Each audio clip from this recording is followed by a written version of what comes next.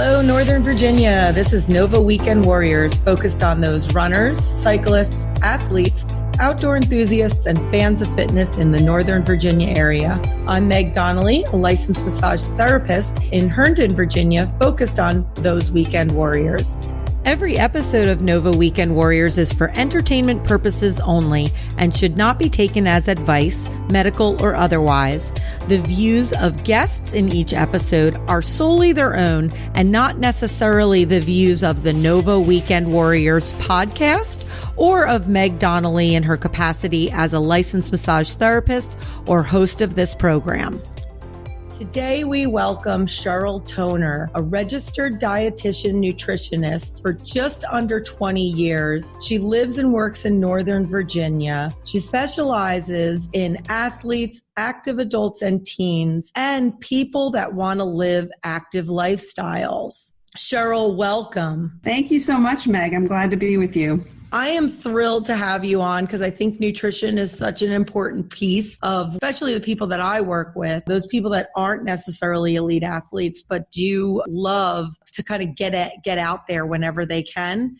And nutrition is such an important piece of that. One of the conversations we've had in the past is how you do a really great job of focusing on overall health and wellness versus just weight loss, which I'm assuming may be the primary reason why sometimes people come to you. Can you tell me a little bit more about that and elaborate on that a little bit? Sure. It really is one of the most common reasons that people come to see me. It's very common for not only people, the average person out there, to feel dissatisfied with their body weight, with their body size, their body shape, but also for athletes to struggle with that. Sometimes there's a frustration that they're very active and their body isn't where they want it to be. And for some athletes, there is either a reality or a perception that losing body weight will help their performance. So it is a very common theme that I work with. So although there are times and places where a person can benefit from losing excess body fat, what I want to do is work with people to understand what their body really needs and what's going to be best for them, not only for their sports performance or their athletic performance, but also for their long-term well-being. We can look at healthy weight loss, but there's a lot of programs out there where you can lose weight, you can lose a lot of weight, you can lose it fast. The question is, will you keep it off? And are you doing harm to your body in the process of just in the quest for that certain number on a scale? And so I try to help people to figure out what is the right goal for them. And sometimes we don't know that right up front. We have to work together a little bit to figure out the right target.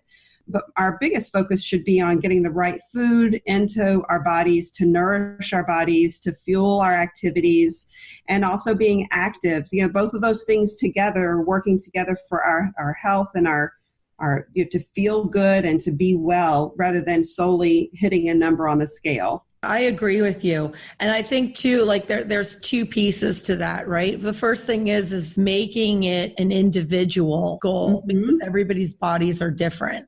And right. So like one of the things I really can't stand is the phrase, you can do anything you want, or you can be anything you want to be. And I know that that's like a positive statement, but the fact of the matter is that in many different areas, everyone is different. And so there are limitations. There's only so far you can go. You always want to try and push yourself a little bit harder. But I mean, I'm 5'3" 3/4. I'm not going to be 5'8". That's just a fact of life. So I don't know. I think great analogy. Yeah, I think that setting up individual goals are really important. Yeah, I agree. And just like our height is something that we can't affect, sometimes usually our body shape is something we can't affect. Like I said, if we're very far out of balance, then getting active and eating well will affect, your body. You will have a positive effect, but, are you going to change the basic shape of your body? That's usually something that is also somewhat genetically predetermined. So I also run into this with teen athletes because puberty is a time where people are, growing and developing at different rates. And so helping people to understand that If you're trying to gain muscle mass, it may take you a little bit longer, and depending on developmental stage, things like that. Or women start to put on more body fat during adolescence. It's an absolutely essential biological process. I also deal with women who are entering or going through menopause, and that definitely changes your body fat distribution on your body. It changes your metabolism, and those are difficult times for a woman to come to terms with the fact that her body is changing in ways, and she has some control over that, but there are some things, there is a certain limitation that's just biology. Sure. So that's why focusing on eating the food that will nourish us, being active and doing the things that we can do, focusing on making our bodies strong and trying to get, that better performance, focusing on those pieces, no matter whether there's a little bit of an extra fat padding, here or there. Really, even elite athletes come in all shapes and sizes, right? Mm-hmm. And that does depend somewhat on your sport, but we do see variability increasingly over time when we're starting to focus less on the perfect athlete physique and more on the athlete performance. Yeah. I had a very positive experience recently with Special Olympics. I got to go and work with the dietitians who have put together the Healthy Athlete Village that serves Special Olympics athletes at all of their games. And Special Olympics, for those who aren't absolutely sure who they really serve, it's for people with intellectual and developmental disabilities. So it's not the Paralympics for people who maybe have, maybe they've lost a use or have lost an arm or a leg or things like that, more of a physical disability. But it's for folks who may have, autism or Down syndrome or other disabilities like that. And these individuals have serious limitations in certain ways, but there are still so many things they can do. And it was just such a lesson for me that all of us, we all have limitations. Like you said, none of us can be everything that we may want to be, especially as a kid. You have all these, ideas and dreams, but even as adults, we have these ideas and dreams that some are within our reach and some are just trying to be like everybody else, right? Sure. So what's right for us? What are our real limitations? What are the things we do have control over? And we do have control over not only what we put into our bodies, but how we eat and how we think about food. Right. And I think that I don't want that to come across as negative at all, because I think what it actually is extremely empowering. That if I come into you with one goal, that, you're going to sit down with me and we are going to come up with exciting, realistic, but maybe challenging goals that I'm able to reach. And so I'm able to accomplish things. I don't necessarily run to lose weight. It's fabulous if it happens, or if I start, and really what ends up happening is I run and then I start to eat better because I'm feeling better. And that's, Yeah. But I think that, when we sit down and then when you can talk to people, together come up with a plan and together come up with the goals, that's really empowering. So it's not a negative, no, you can't do this, you're not able to do this. It's like, what are we able to do and how can we get there in the best way possible? On that note, we are going to take a brief break because it's time to introduce our first sponsor for Nova Weekend Warriors. Today's episode is sponsored by Eldon Street Tea Shop, Herndon's tiny tea shop, helping you live the loose leaf life with premium loose leaf teas.